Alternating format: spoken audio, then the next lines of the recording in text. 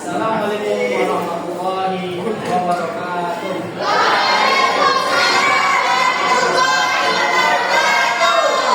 Bagaimana kabarnya? Baik. Oke.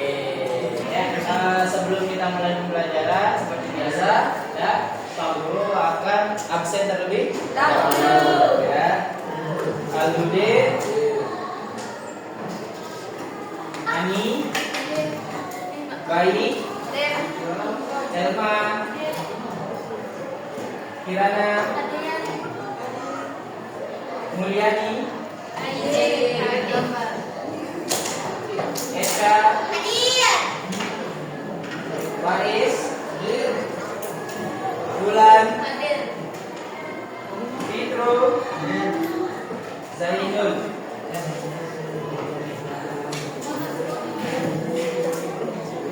Nah, pada pertemuan hari ini kita akan membahas tentang yaitu cerita pendek. Ya. Apa pengertian dari cerpen itu? Ada yang tahu? Hah?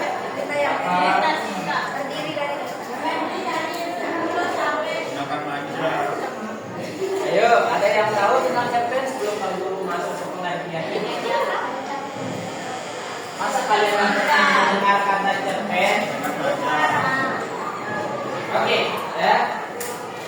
Cerpen merupakan karya sastra yang berbentuk prosa.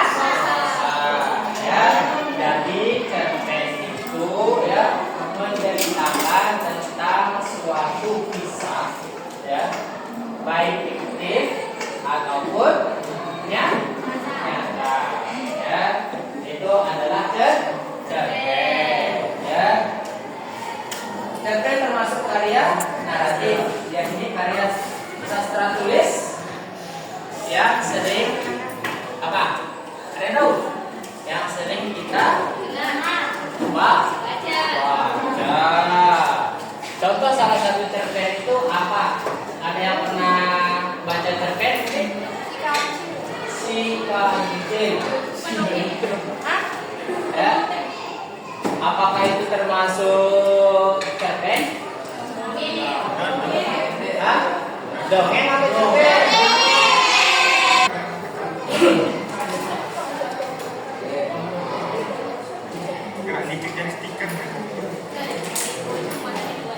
Nah, kita masuk ke ciri-ciri cerpen, ya.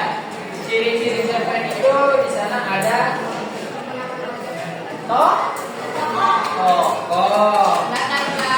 ada laut, ada alur. Nah, itu ciri-ciri cerpen. Itu yang pertama. Yang kedua apa? Ada yang tahu?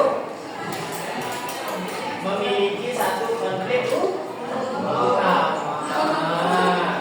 Ya. Jadi nanti di sana di dalam cerpen itu dia punya konflik, ya. Pertama, ada yang tahu tentang konflik nggak? Tahu. Apa itu konflik?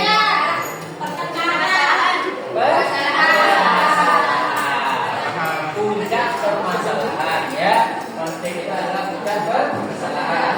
Memiliki satu klimaks fokus penyelesaian, ya. Apa maksudnya itu? Endingnya, ya.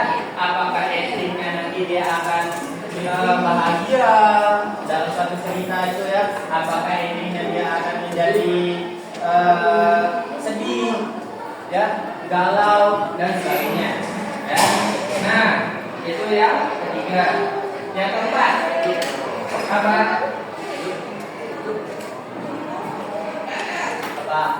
Ada yang tahu nggak ciri-ciri keempatnya? Tidak panjang seperti cerita pendek itu berapa sih maksimalnya?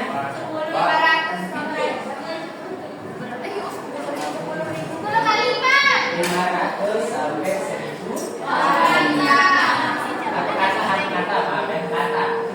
kata bukan kalimat. Kalau kalimat nanti maksudnya 500 kalimat sampai 1000 itu maksudnya ke 0 sampai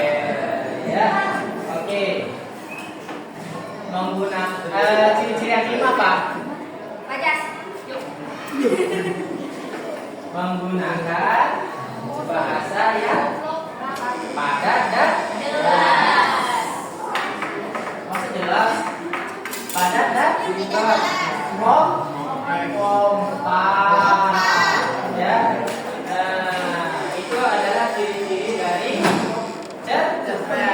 Oke. Nah, seperti yang Pak Guru bilang tadi, cerpen adalah kisah nyata ataupun fiksi. Ya, jadi boleh ya bisa dibilang pendek. Ya. Sekarang kita masuk ke unsur intrinsik cerpen. Ya, apa itu unsur intrinsik dari cerpen? Ya, ciri-ciri atau yang terdapat unsur-unsur yang terdapat di dalam cerpen itu sendiri. Ya, yang pertama apa? Tokoh. Alur. Latar. Ya, terus apa lagi? Apa? Amanah. Ya. Nah. Satu lagi, apa? Yang paling utama. Konflik.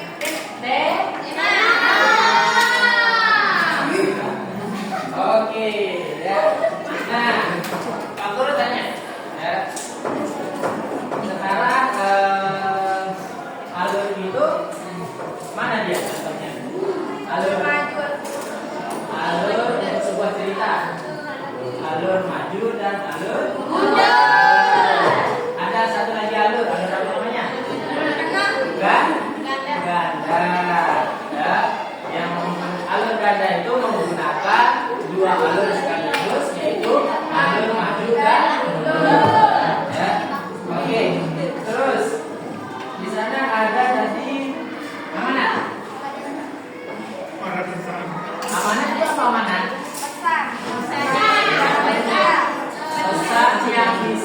Pesan yang ingin disampaikan oleh penulis ataupun penulis. Ya. Pesan yang bagaimana di sana? Oke, ya maksudnya apakah pesannya itu tersurat ataupun tersirat? Ya, pesan tersirat. Oke. Nah, kita lihat sekarang tema. Ya. Tema dari cerpen. Tema itu apa sih? Gagasan utama.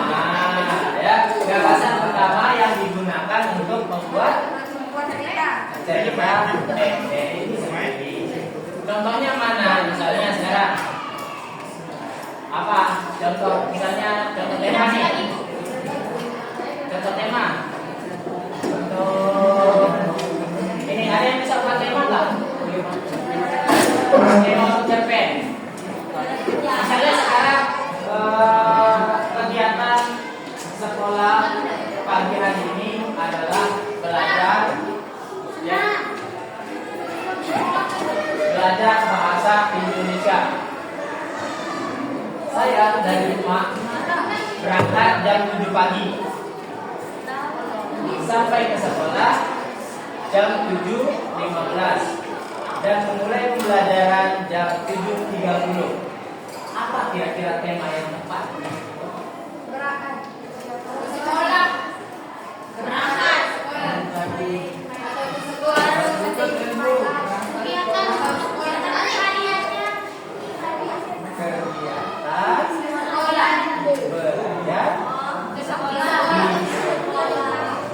Itu tema utama, ya. Nah, kalau untuk judul apa?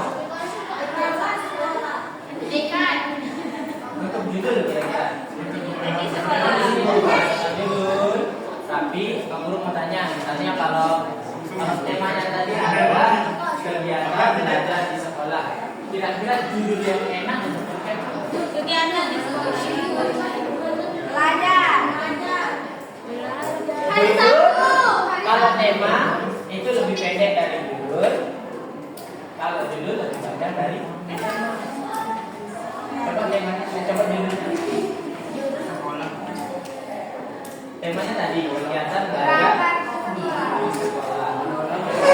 Jadi judul yang tepat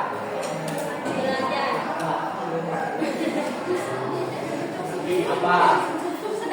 Ayo, masa ada yang bisa nih? Aku senang belajar di sekolah pada hari